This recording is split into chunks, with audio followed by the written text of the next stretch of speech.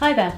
So today we're going to be talking about Sever's disease, which is a paediatric condition of the heels. Sam? Sever's disease is a really common condition that occurs in children between about the ages of 9 to 14. Yep. Normally in quite active children, sporty at school, and the first thing you'll notice as a parent is that your child will sort of come home from school maybe saying their foot hurts, maybe at parties, that sort of thing, they're not running around with the other kids, maybe limping. Yeah. Really common, but we get a lot of parents in quite worried, don't we? They do, and we see a lot of these, well I certainly do, in September when everyone's gone back to school, especially if you're in a sporty school.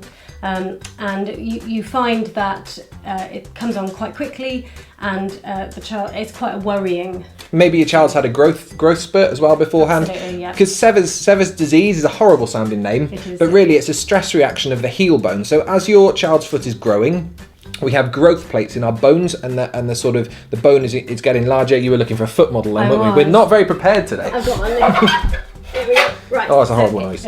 So here is where the calcaneus has a growth plate, and the Achilles tendon will pull on that growth plate and irritate this and have a little stress reaction in the back of the bone. And the pain can be felt sort of anywhere through the heel, we find. Generally, if you squeeze the heel, it's very uncomfortable, and your child's in a lot of pain. So obviously, understandably get worried about it, but the good news is it's really common and it does get better. Unless there's something else going on, generally Sever's on its own will get better. Normally you need rest, is really, really important. Absolutely.